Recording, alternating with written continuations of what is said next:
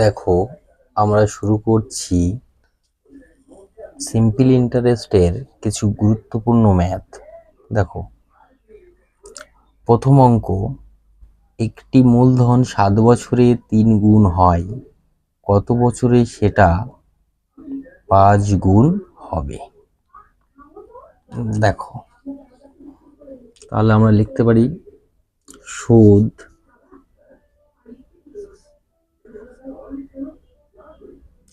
আসল আসল সমান পি ধরলাম, সুদ সমান সমান ইন্টারেস্ট, আর সুদ প্লাস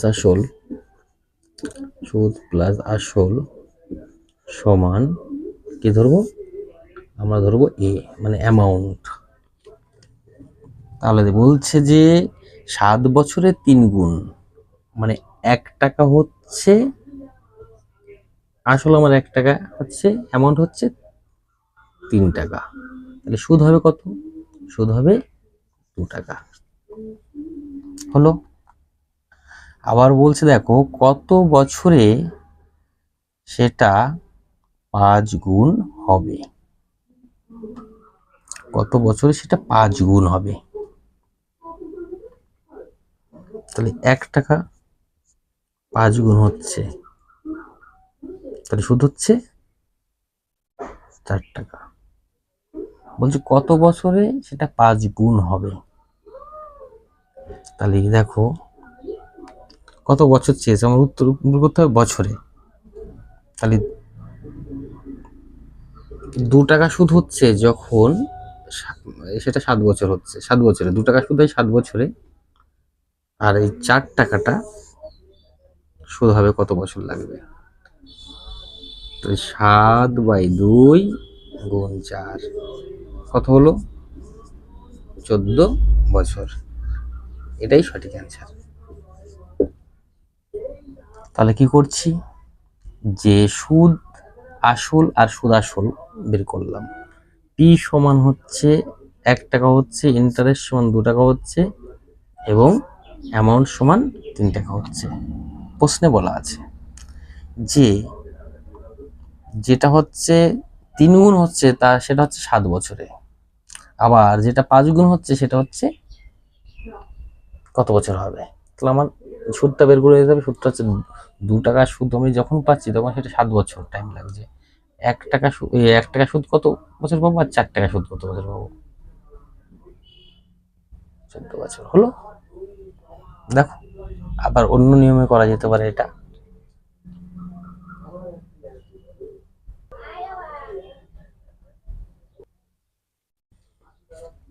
দেখো, আমি লিখিনি পি অ্যামাউন্ট আর ইন্টারেস্ট। পি সমান হচ্ছে আসল, অ্যামাউন্ট হচ্ছে সুদ আসল, ইন্টারেস্ট হচ্ছে সুদ। দেখো, আমরা এখানে 100 ধরে করতে পারি। 100 টাকা যদি আসল হয় তখন বলছি 3 গুণ হবে 7 বছরে, তাহলে অ্যামাউন্ট হবে হচ্ছে 300। তাহলে সুদ হবে কত? সুদ হবে 200। হলো। এবার আবার বলছে দেখো, 100 টাকা যদি আবার আমার হচ্ছে আসল হয়, সেটা 5 গুণ হচ্ছে, মানে অ্যামাউন্ট হচ্ছে 500। তাহলে সুদ হচ্ছে কত? 400। এখানে বলে দিয়েছে এই যে 200 টাকা সুদ হচ্ছে, এই 200 সমান 7 বছরে, এটা এই 200 টাকা হচ্ছে 7 বছরে। 200 টাকা 7 বছর হচ্ছে, তাহলে 400 টাকা হতে কত বছর লাগবে? 400 টাকা হতে কত বছর লাগবে? 400 টাকা হতে কত বছর লাগবে? 14 বছর। এভাবেও করা যেতে পারে। ঠিক আছে, ভালো করে দেখো, একটা মূলধন 7 বছরে 3 গুণ হয়, কত বছরে সেটা 5 গুণ হবে? তাহলে দেখো, 100 টাকা যদি আসল হয়, সুদ আসল হচ্ছে 3 গুণ হবে, তাহলে সুদ আসল হচ্ছে 300 টাকা, তাহলে সুদ হবে 200 টাকা। আবার বলছে দেখো, 5 গুণ হচ্ছে, কত বছরে 5 গুণ হবে? তাহলে 100 টাকা যদি আসল হয়, 500 টাকা হচ্ছে সুদ আসল হবে, তাহলে 400 টাকা হচ্ছে কি হবে আমার? সুদ। তাহলে 200 টাকা সুদ হচ্ছে 7 বছরে, তাহলে 400 টাকা সুদ হতে টাইম লাগবে কত বছর? 14 বছর। বুঝা গেল? এইভাবে করতে পারো। পরের অঙ্ক দেখো। দেখো একইভাবে লেখো, পি অ্যামাউন্ট এবং ইন্টারেস্ট। এবার এখানে প্রশ্নে বলা আছে কোনো মূলধন 7 বছরে দ্বিগুণ হয়, কত বছরে সেটা 7 গুণ হবে। বলতে 7 বছর হচ্ছে দ্বিগুণ, তাহলে 100 টাকা কত টাকা হচ্ছে? 200 টাকা সুদ আসল। তাহলে সুদ হচ্ছে কত? 100 টাকা। বলতে পারলাম। আবার বলছে কত বছরে সেটা 7 গুণ হবে, তাহলে 100 টাকা আবার হচ্ছে 700 টাকা, তাহলে সুদ হচ্ছে কত টাকা? 600 টাকা। প্রশ্নে বলা আছে যখন দ্বিগুণ হয়, এটা 7 বছরে, মানে এই সুদটা হয় 100 টাকা সুদ হচ্ছে, তখন 7 বছর টাইম লাগছে। 100 টাকা যদি 7 বছর টাইম লাগে, তাহলে এই 600 টাকা হতে ক বছর টাইম লাগবে? তাহলে 6 × 7 = 42 বছর। তাহলে সঠিক উত্তর হবে 42 বছর। কি বলছে তাহলে? আসল 100 টাকা, ঠিক আছে, বলছে 4 বছর 4 বছর দ্বিগুণ হচ্ছে, দ্বিগুণ মনে হচ্ছে সুদ আসল হচ্ছে 200 টাকা, তাহলে সুদ হচ্ছে 100 টাকা।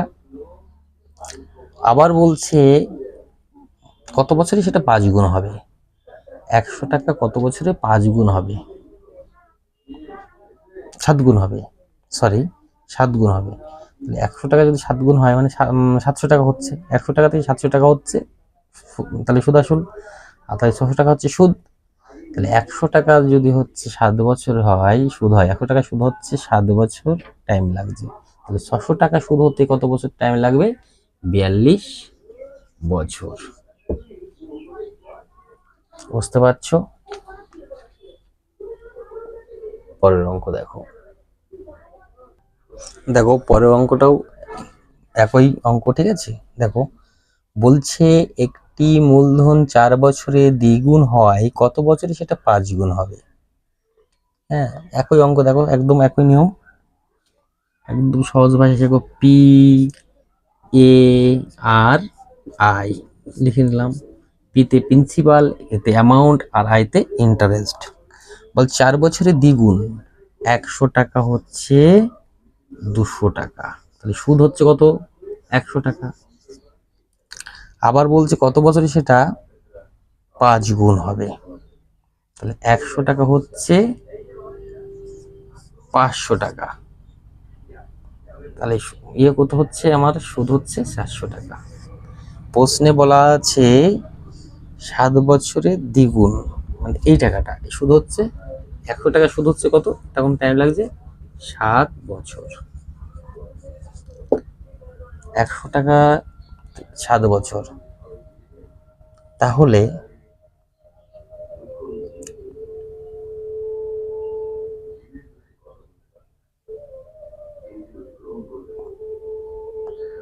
টাইম, সরি 4 বছর, ভুল হচ্ছিল, 4 বছর। 100 টাকা যদি 4 বছরের সুদ হয়, 4 বছরের সুদ, 100 টাকা যদি 4 বছরের সুদ হয়, তাহলে 400 টাকা সুদ ক বছর টাইম লাগবে? 16 বছর। তাহলে সঠিক অ্যান্সার হচ্ছে 16 বছর। এইভাবে করতে পারো, খুব সহজ নিয়ম, ঠিক আছে।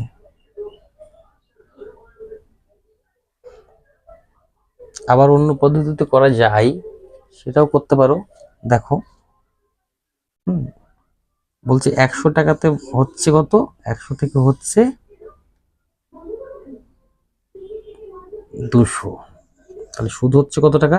সুদ হচ্ছে 100 টাকা হলো। আবার 100 থেকে হচ্ছে কত? 100 থেকে হচ্ছে 500, তাহলে সুদ হচ্ছে কত? 400। এবার করতে পারো 100 টাকা সুদ হয় ক বছরে? 4 বছরে। 1 টাকা সুদ হবে কত? 4/100। আবার 400 টাকা সুদ হবে কত? এভাবে করতে পারো, সরি 100 100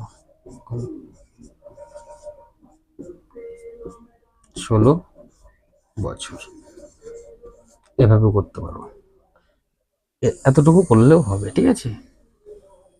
এভাবেও করতে পারো বা এটা করতে পারো, এটাই সঠিক, মানে সহজ নিয়ম, ঠিক আছে। তাড়াতাড়ি করার জন্য এটাই ঠিক আছে।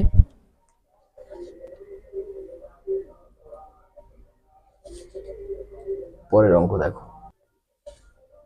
দেখো, পরের অঙ্ক বলছে বার্ষিক 25% সরল সুদে কত বছরে কোনো আসল সুদে মূলে 4 গুণ হবে? ভালো অঙ্ক। তাহলে এখানে লিখে নাও, পি মানে হচ্ছে আসল, অ্যামাউন্ট মানে সুদ আসল, ইন্টারেস্ট মানে হচ্ছে সুদ। বলছে 4 গুণ হবে, তাহলে 100 টাকা হচ্ছে সুদ আসলে কত 4 গুণ, তাহলে 400 টাকা। সুদটা হচ্ছে কত? 300 টাকা।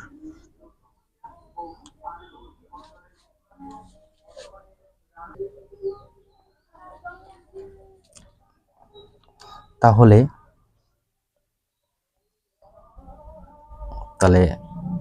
দেখো 100 টাকায়, 100 টাকা আসল, 100 টাকায় সুদ হচ্ছে 300 টাকা। তাহলে 100-এ কত? পার্সেন্টেজ করে নিই, তাহলে 300%। যেহেতু আমরা বছর বের করবো, পার্সেন্টেজ দিয়ে কাটবো, তাহলে এখানে বার্ষিক 25% আছে।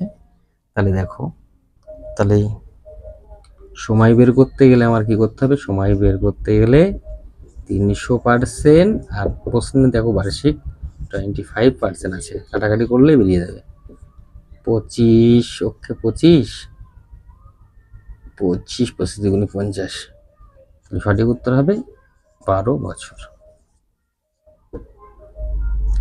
হলো।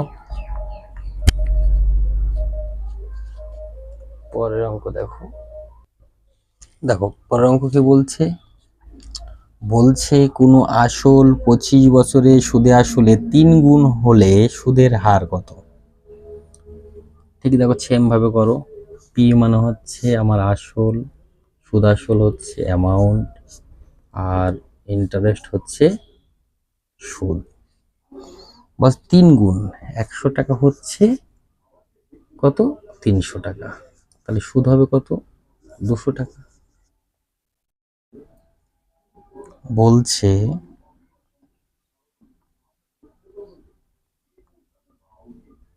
হলো। এবার কি বলছে দেখো, এই 100 টাকায় সুদ হচ্ছে কত? 200 টাকা। তাহলে 100-এ কত? পার্সেন্টেজ বের করো।